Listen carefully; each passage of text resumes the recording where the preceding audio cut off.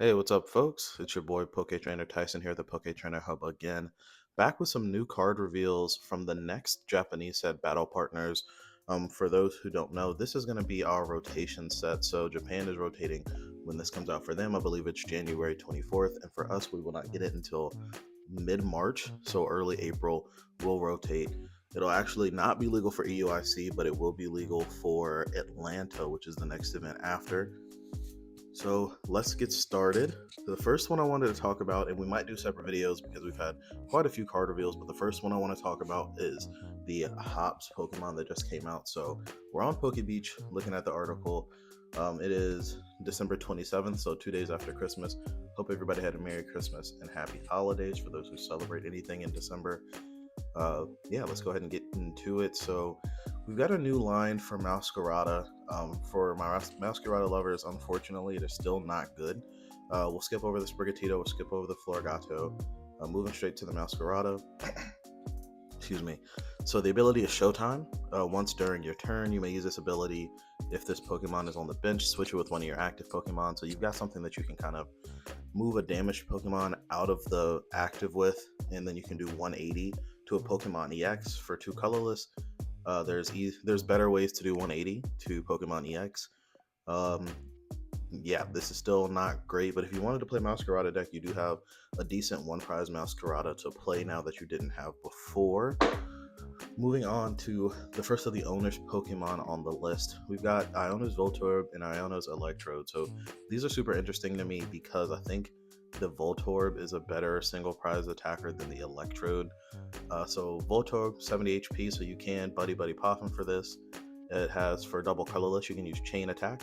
You do 20 damage plus 20 more damage for each lightning energy attached to your Iono's Pokemon. So not just this Iono's Voltorb, but the other Iono's Pokemon that we're going to get into a little later on in the video. And you'll see why that is interesting when we get to those other Iono's Pokemon. But you potentially can swing for a lot of damage with this one prizer. Iono's Electrode, though.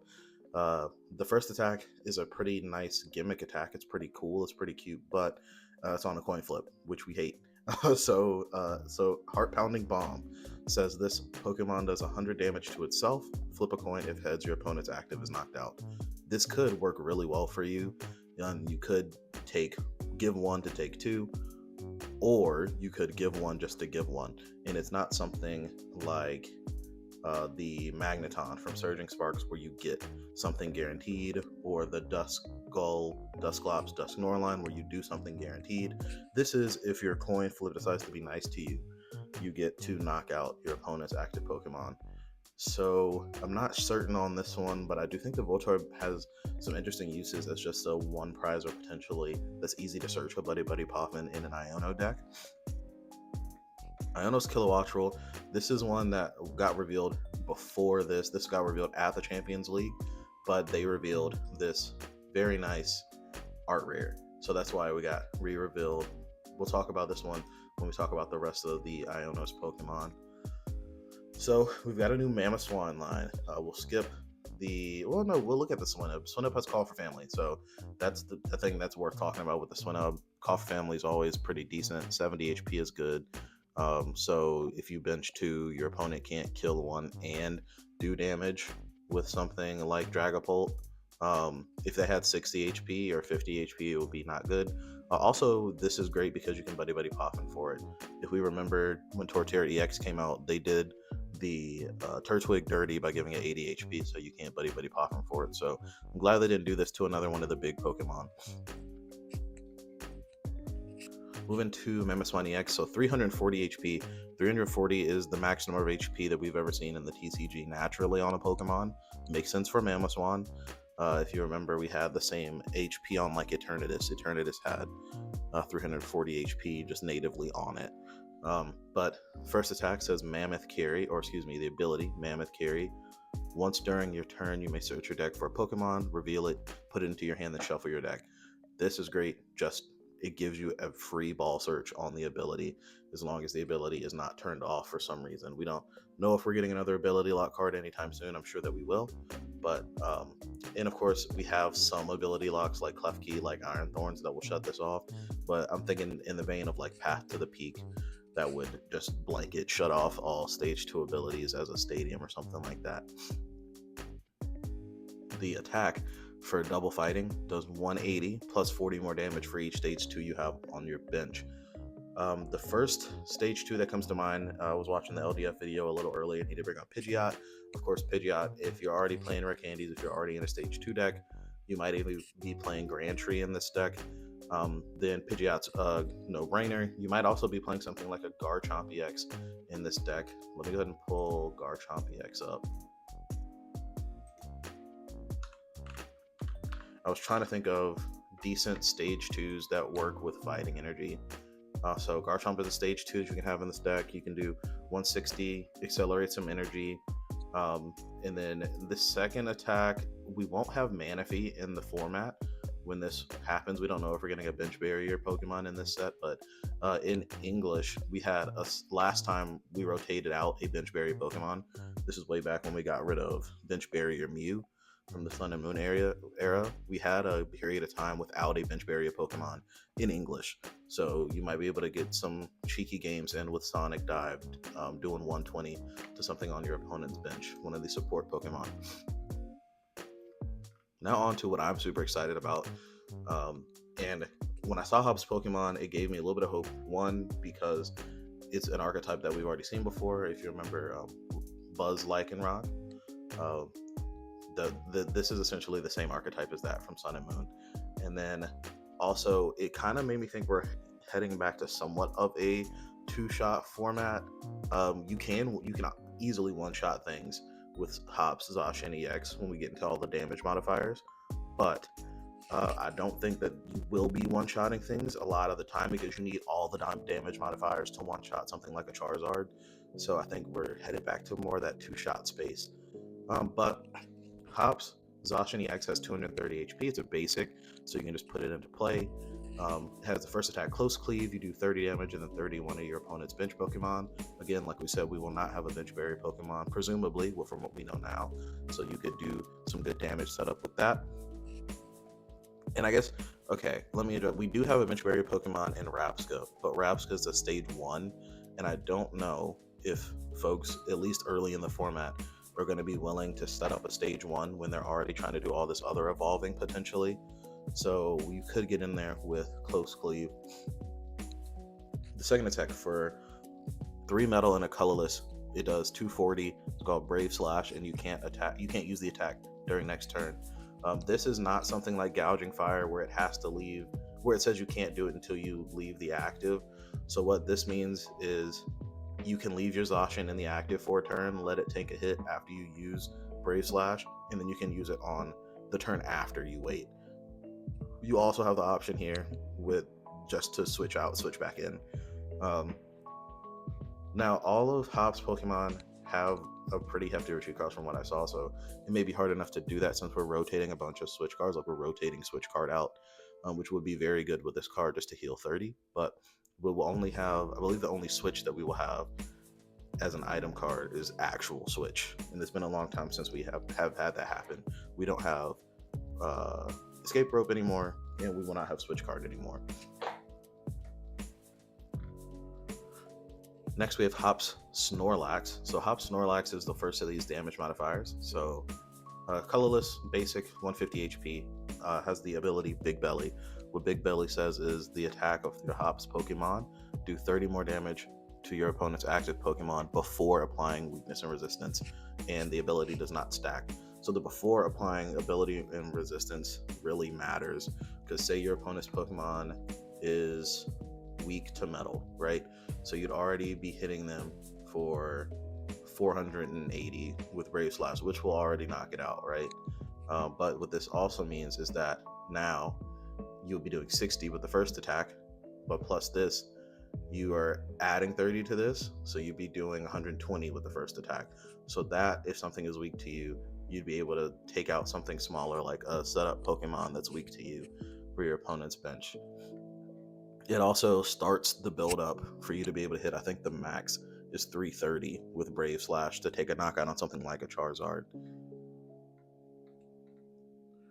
The next one of these Hops Pokemon that reminds me of that Buzz Lycanroc is Hops Double. This is literally the same ability that's on Lycanroc GX. When you play this Pokemon from your hand to evolve one of your Pokemon, you may switch one of your opponent's Pokemon to the active spot. This is literally Boss's Orders on an ability. I think it's been good every time it's been printed, and Boss's Orders has not existed. For reference, the Boss's Orders that we have currently will rotate out not this time, but the next rotation. And fan theory is for me that we will not get a boss reprint that will make it the same legality as these cards. So I think Boss's Order is on its way out, and we'll have something like this double or other Pokemon abilities, other ways to switch something like Alicia's Appeal in the format. Hops Cramorant. This guy's good. This guy's literally just baby Buzzwall, so it is 120, and then it says if your opponent does not have exactly 3 or 4 prize cards remaining, this attack does nothing. It has 110. Not the beefiest Pokemon, but it hits like a truck, especially that Snorlax will have you hitting 150, right? So Hops Cramorant is definitely something that can get in there and make your prize trade more optimal. Exchange ticket says after counting your prize cards, shuffle them and put them at the bottom of your deck. Then take that many cards from the top of your deck and put them face down into your prize cards. So this is our new prize checking card, I guess. We won't have Hisuian Heavy Ball anymore in the format. So this is the way that you'll be able to check your prizes. This is a lot riskier to play because if you look at your prizes and your prizes were fine and you didn't want any of these cards at the bottom of your deck, but you're about to potentially put 6 cards that you want at the bottom of your deck, you could be screwing yourself over by playing this card. But also, this card could bail you out when you do your first prize check and you go, oh crap, I have 3 basics at the bottom at my prize cards that I need to get out to play the game. Exchange ticket could bail you out there. The next card I'm very excited about is Hops Choice Band. Again, another Sun and Moon reprint. This one, they didn't even really change the name. They just added Hop to it. And it does another broken thing that the first one didn't do. So the first one in Sun and Moon era did extra damage to Pokemon GX. This one says Hops Pokemon, the attack cost is 1 colorless less, and it does 30 more damage. So this is the second one of those damage mods. It makes Cramorant attack for nothing if you would put it there. So if you have a Cramorant with a Hops Choice Belt and a Snorlax on your bench, you're hitting for 180 for 0 energy. Insane. It also makes the Zacian attack just triple metal instead of metal colorless. So that makes that easier to pay for. And as far as powering the Zacian up, that's the only thing that I'm not necessarily sure about, because we don't know all the cards, but we don't necessarily have native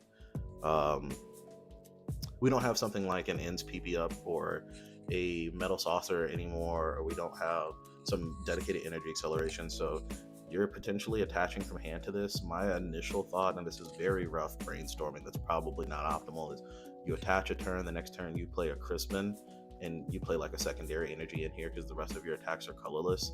So you can go get metal and whatever other energy, attach the metal from hand, keep the other energy in your hand, and then attach a third metal from hand.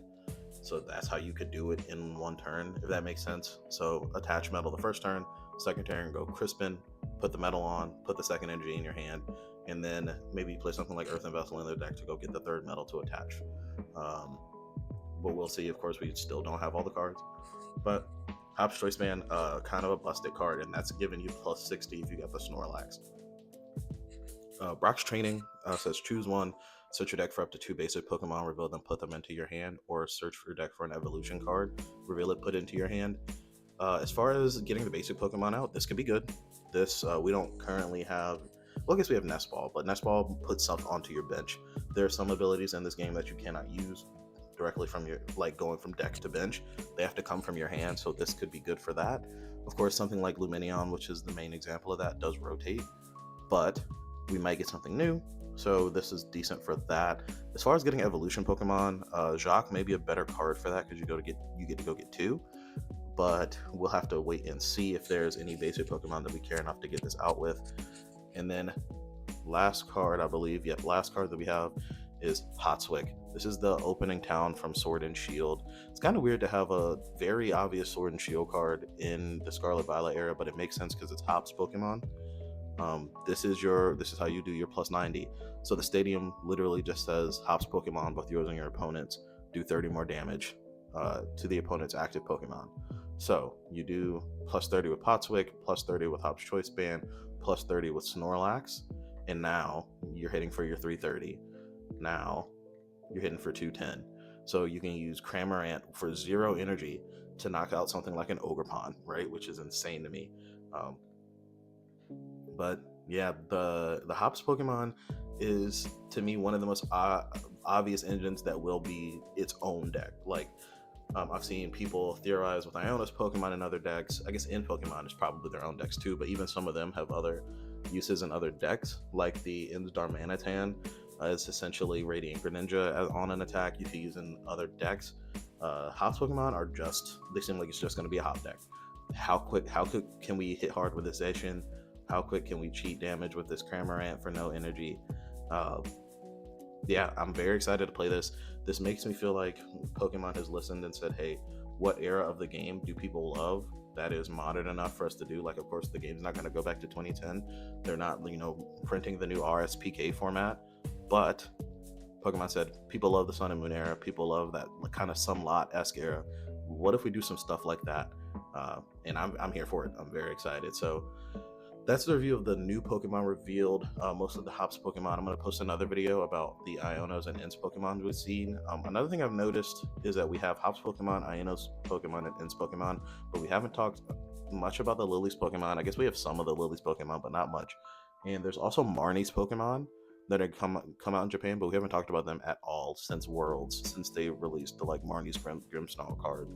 But hopefully we'll be seeing that soon. Again, the set comes out in Japan on the 24th of January, so we'll be getting the full set reveals pretty soon. And then there's 2 more sets that come out in Japan before we get our version of or before we get Journey Together, before we get our version of Battle Partner. So we'll have to wait and see. But again, y'all, it's been Poke Trainer Tyson here at the Poke Trainer Hub. Thanks so much for watching, and hope y'all have a great one. Peace.